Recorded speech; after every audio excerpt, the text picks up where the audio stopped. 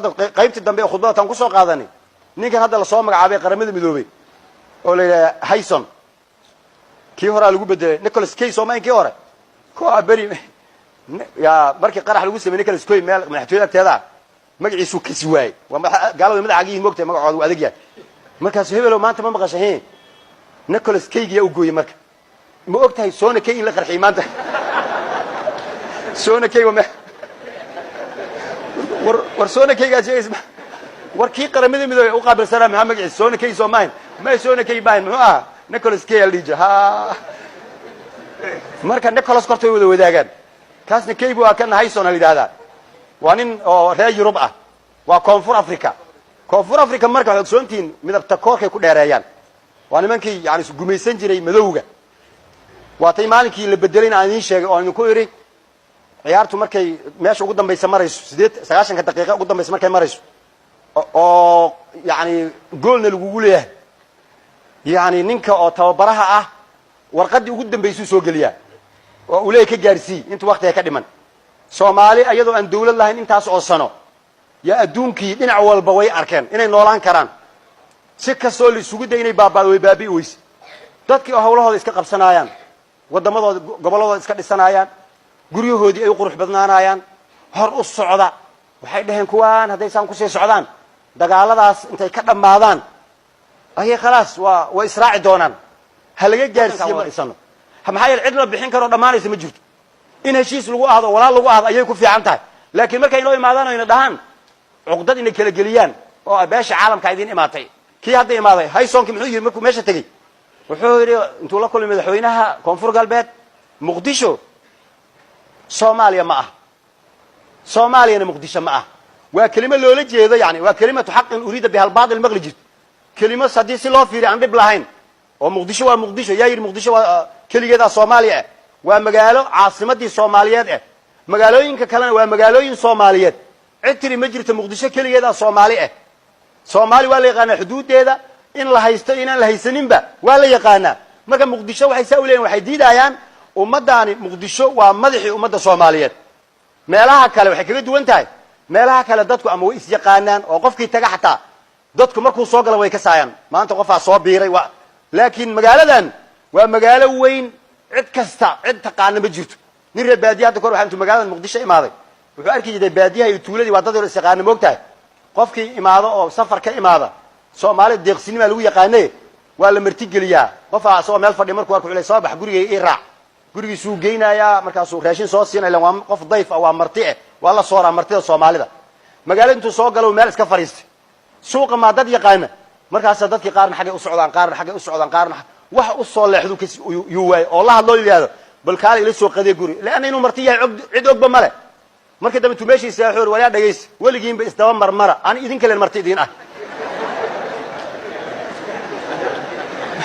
marka magaaladan waa magaalo saas oo kala marka in la isu sheego magaaladan waa magaalo saas u weyn Soomaali oo dhan joogta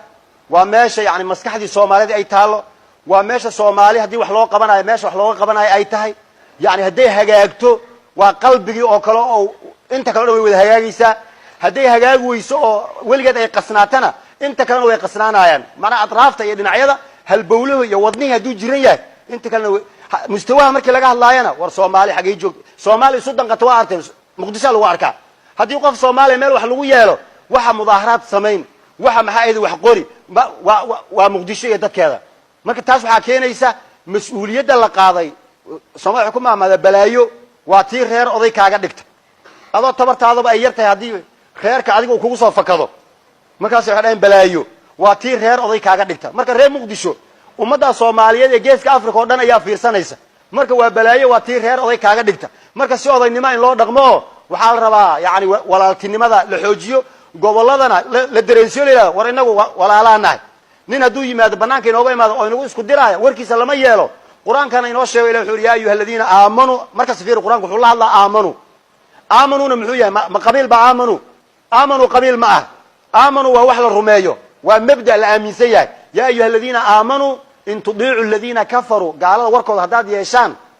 سؤال القرآن ما سورة العمران سماها إن تطيعوا الذين كفروا محيدكم سمينايان يردوكم على أعقابكم دب أيدين علينايان فتنقلبوا خاسرين واتسكوا ما نيسان محل ربا مركب بل الله مولاكم وهو خير الناصرين هل كان من صفدنا ورداد المسلمين عنها مؤمنين عنها مسلم كانوا يحوشيها يا مسلم كانوا ولايك وياه عقدة دحدنا الصومالي عدانا وحبيا للتفعيلين وعدتهم وعدد ولا ما أنت هذي رأي كل دوانالان بري أيه هشين دونان ما الله ما كلا السعودية عقدة يندك اللي فوقينين إن ولا لا يدك الله شيء كوين الدعاء وحبي سمتين واحد كده حيا ملنا إننا ينزل كدراين الدين تنساس مش يجيس إنما المؤمنون